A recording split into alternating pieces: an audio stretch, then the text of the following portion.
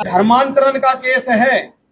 अगर मौलवी साहब को इस डर से निकाल दिया देश हिल जाएगा, तो देश तो हिलेगा या नहीं हिलेगा, देश का हर आदमी हिल जाएगा और फिर जो स्थिति होगी मुझे पता नहीं क्या होगा आगे।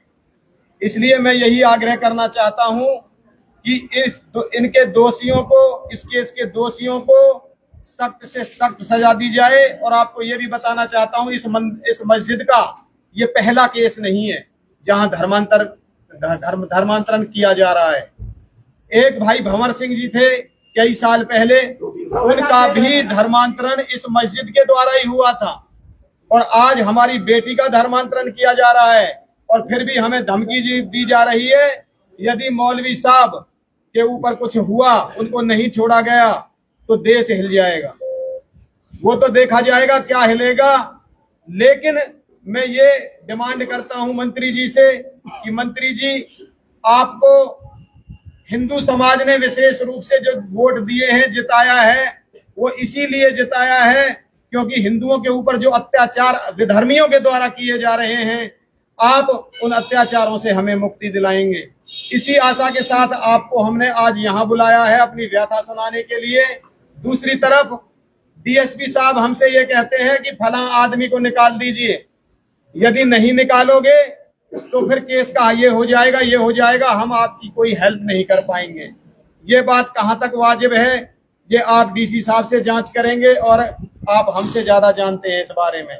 दूसरी बात, हमसे खुद तो प्रशासन ने ये कहा कि आप ज्यादा आदमियों को मत लेकर के आइए, 2-4 आदमी आ जाइए।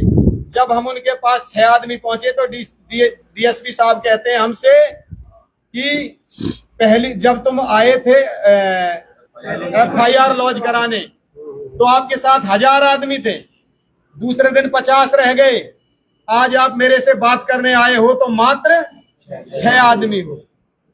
और जब तुम केस को आगे लड़ोगे तो मात्र आपका घर परिवार रह जाएगा, कोई आपके साथ नहीं आएगा, क्योंकि आप लोग होते ही ऐसे हो जो हिंदू आदमी होते हो। मैं उनको भी कहना चाहता हूं कि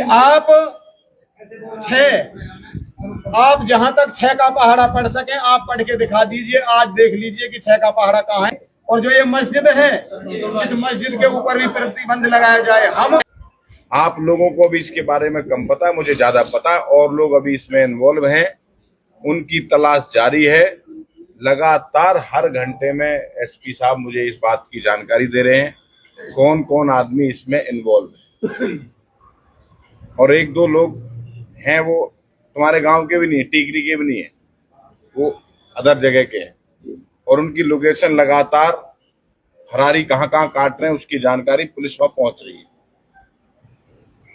और आपको कुछ और आश्वासन चाहिए, मैं तो आपके साथ हूं। जहां भी बात आएगी सबसे पहले गौरव गौतम तुम्हें तुमसे पहले खड़ा मिलेगा।